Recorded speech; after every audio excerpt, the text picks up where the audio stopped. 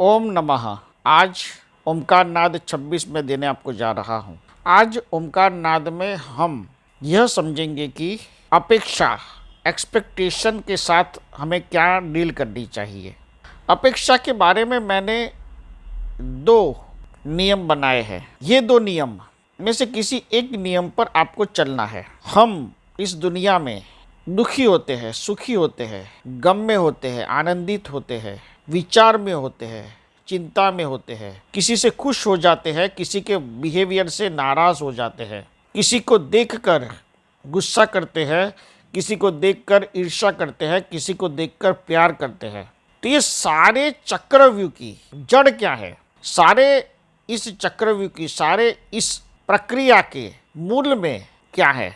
तो उसके मूल में है अपेक्षा, एक्सपेक्टेशन। आप अगर किसी से अपेक्षा रखते हैं, आप अपने जीवन से कोई अपेक्षा रखते हैं, अगर वो अपेक्षा परिपूर्ण नहीं होती है तो आप दुखी हो जाते हैं, गम में आ जाते हैं, और आपने जो सोचा होता है आपकी ज़िंदगी के लिए वो किसी और के साथ हो जाता है, तो आपको उस इंसान से द्वेष, ईर्ष्या हो जाती है और आप अपने साथ उस इंसान की ज़िंदगी को कंपेयर करते हैं और उस इंसान से जलते हैं, दुखी होते हैं।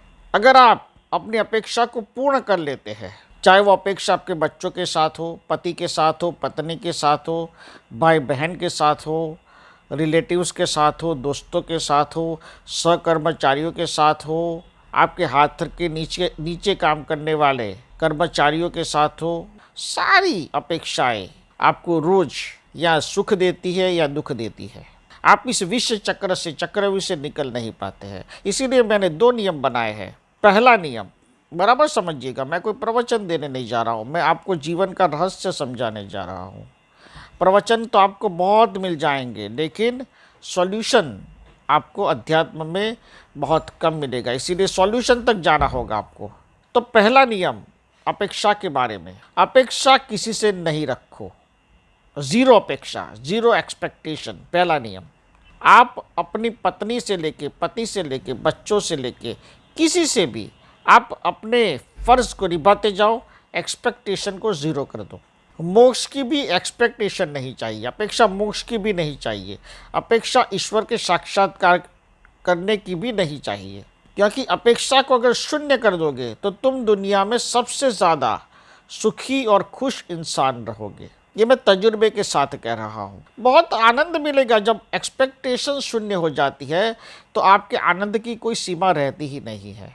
क्योंकि अगर एक्सपेक्टेशन ज़ीरो होगी और सामने से थोड़ा भी पॉजिटिव अप्रोच मिलता है तो इंसान बहुत आनंदित हो जाता है, क्योंकि उसने अपेक्षा रखी ही नहीं।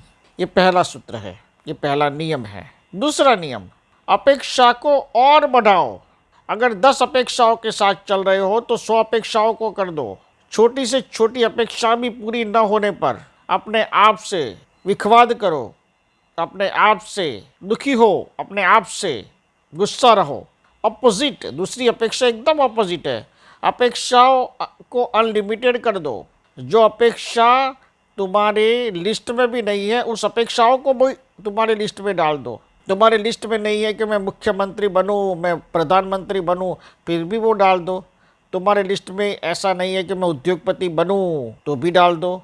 अपेक्षाओं को इतनी बढ़ाओ, जो अपेक्षा तुम्हारे साथ या तुमने कभी सोची भी नहीं है, तुमने उसके बारे में कभी समझा भी नहीं, उन अपेक्षाओं को भी अपने लिस्ट में डालो। यानी बहुत सी अपेक्षाओं के कारण तुम एक साल में इस तरह से थक जाओगे कि ऑटोमेटिकली अपेक्षाओं से निजात पा जाओगे। ये दूसरा अपेक्षा को बढ़ाने का जो नियम है, वो वैसे सही मायनों में अगर देखा जाए तो अपेक्षा को शून्य करने का ही नियम है। क्योंकि जब बहुत ज़्यादा अपेक्षा, बहुत ज़्यादा इच्छाएँ रखते हैं तो वो इच्छाएँ एक दिन ऐसा आता है कि वो शून्य हो जाती है। ये दोनों में से अगर एक सूत्र को आप अपने जीवन में अपनाते हो तो आप अपने दिल में, मन में शांति, चैन, सुख पाओगे। पहले नियम को अगर अपनाते हो तो तुम्हें शांति तुरंत मिल जाएगी, लेकिन पहले नियम में कठिनाई है कि आप छोड़ोगे कैसे। दूसरा नियम ऐसा है कि तुम्हें सही साबित होगा, तुम्हें सही लगेगा कि चलो भाई अपेक्षाओं के साथ तो जी रहे हैं, कुछ अपेक्षाएं बढ़ा देते हैं और जीते हैं, लेकिन एक साल बाद तुम्हारी अपेक्षाएं धीरे धीरे करके शांत हो जाएगी, शून्य हो जाएगी, और फिर तुम शांत रहोगे, फिर तुम आनंदित रहोगे। तुम्हें फिर लगेगा कि इस दुनिया में कुछ नहीं है सिवाय शांति के। अगर प्राप्त करना है तो शांति को ही उपलब्ध होना है, शांति को ही प्राप्त करना है।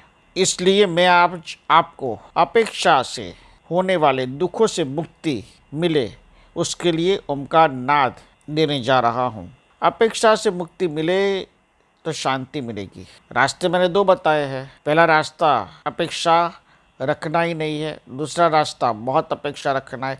लेकिन दोनों रास्तों से आप अल्टीमेटली वहीं पहुंचोगे कि जहां अपेक्षा शून्य हो जाती है और आप मन में शांति और आनंद का अनुभव कर पाओगे। और उसके लिए आपको करना है ओमकार नाद 26 में ये प्रक्रिया मैं जो बताने जा रहा हूँ उसे।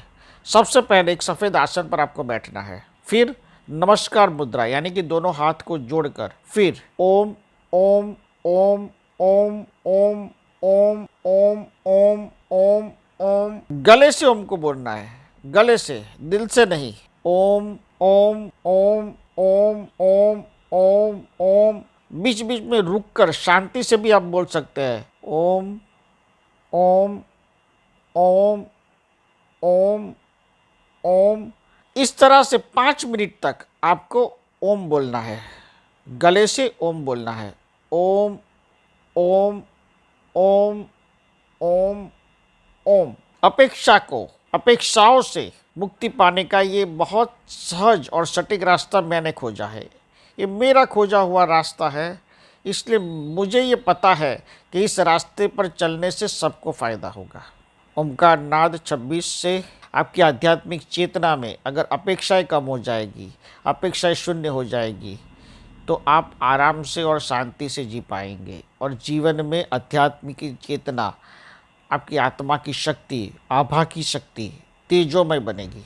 ओमकार का दिव्य चैतन्य और आशीर्वाद आप पर बना रहे, ऐसा मेरा आशीर्वाद है। ओम नमः, ओम नमः, ओम नमः। सद्गुरु ओम ऋषि प्रितेश भाई यूट्यूब चैनल पे सब्सक्राइब कीजिए, बेल आइकॉन दबाएं और आने वाले लेटेस्ट वीडियो आप देख सकते हो।